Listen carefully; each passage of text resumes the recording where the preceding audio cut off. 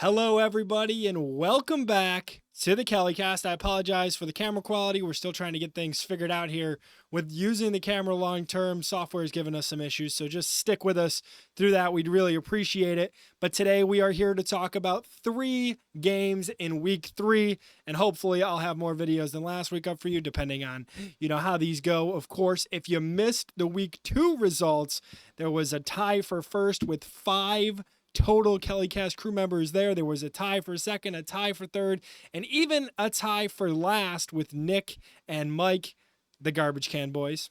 Good job, guys. Week 2 was tough. 7 underdogs ended up winning in their matchups. If you're new here, welcome to the KellyCast. I'm, of course, Dan Kelly, the founder, the host, the editor, the producer, the director, whatever you want to call it. That is me. I want to thank you for showing up. Here we talk football, the latest in the NFL, the latest on the Buffalo Bills, as you can see by the set. But today, we're here to talk about some division rivals, the New England Patriots and the New York Jets. So coming in, both teams 1-1. The Jets won last week, their first victory over the Tennessee Titans. Meanwhile, the Patriots lost to the Seahawks last week. That game went into overtime. Let's take a look at the Patriots first, right? So Jacoby Brissett is starting for them right now. Last week, 15 of 27, 149 and a score. Antonio Gibson just missed 100 yards, going for 96. And their leading receiver, Hunter Henry, with 109 yards. This is what you're going to see from the Patriots. They're going to be competitive. They have a really good defense. That's all they need. Drake May's getting ready on the sidelines. I don't know when we're going to see him. I expect it to be some point this season, though. So it's kind of just a wait-and-see mentality. They should be happy just to be 1-1, beating the Bengals when the referees came out and said that Mike Gesicki touchdown for the Bengals should not have been overturned. The Bengals should have won that game, but, that's what the referees do.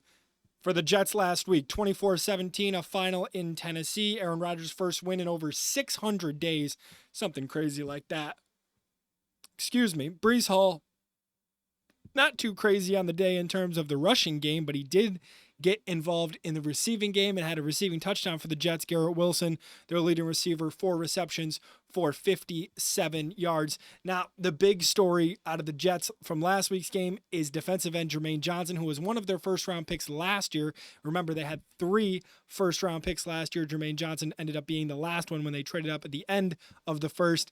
He has a torn Achilles, and he is going to miss the rest of the 2024 season. I hope he heals up quickly. You never like to see that for a young guy.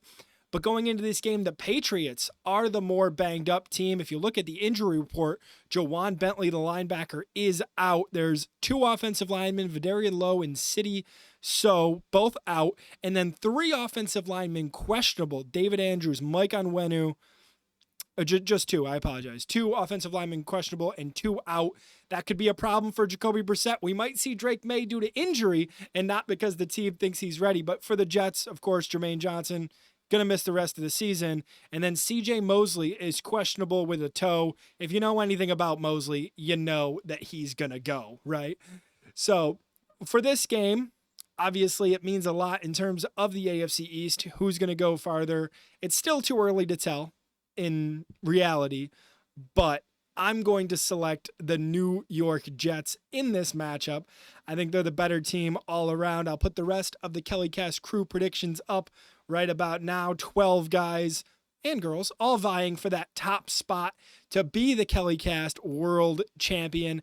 I want to thank you guys for coming into every video. We've been getting a lot of support lately. Thank you to all the new subscribers, all the people that have been watching the videos. Make sure you comment down below. Moving on to a matchup here, AFC versus NFC, New York Giants, Cleveland Browns. You see the records behind me.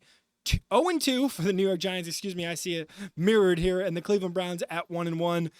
The Giants just aren't anything special. Daniel Jones has thrown more pick sixes than touchdowns. He looks really bad. And at this point, it becomes a question of whether it's Jones and Dable, just Jones, just Dable. What is the problem? I think it's a combination of the two, but Dable, his seat continues to get hotter for the New York Giants. Meanwhile, in Cleveland, a victory last week. They look very, very good, right? But I do want to touch on Deshaun and let you guys know exactly what's happening with that. I think there's another allegation that came out regarding Deshaun Watson. And also, the Cleveland Browns added a piece in his contract in the offseason. I believe they edited it in some kind of way where if he gets suspended by the league for any sort of time, they can kind of recoup some of that money that's guaranteed to him with that contract, which is very interesting. Very interesting that they did that, because they must have known something was going on, right?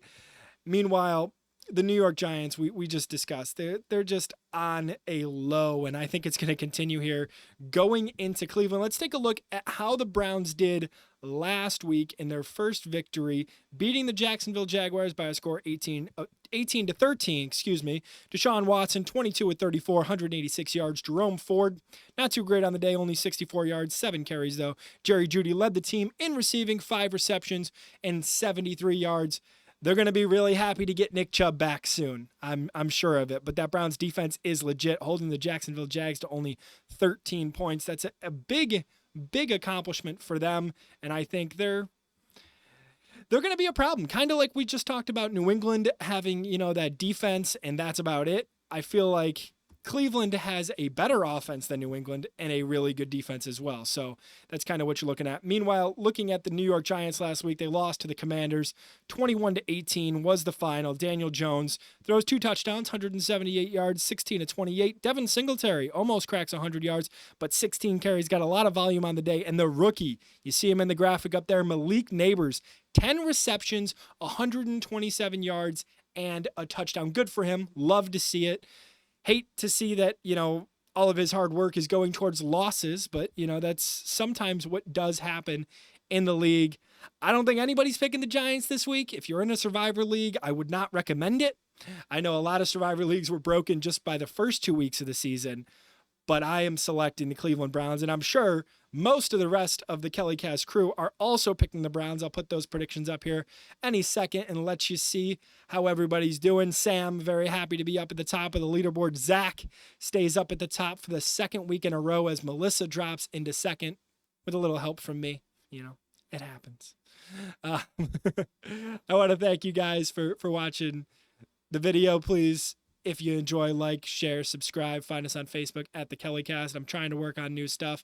It's all a work in progress this season. I hope you're enjoying the content. If you are, let us know in the comments down below. Moving on to another game here in the league, AFC versus NFC. There's a lot of those this week, actually, but this is the Denver Broncos and the Tampa Bay Buccaneers. You see it right there. The Buccaneers starting off 2-0. Baker looks fantastic. He's in the MVP conversation.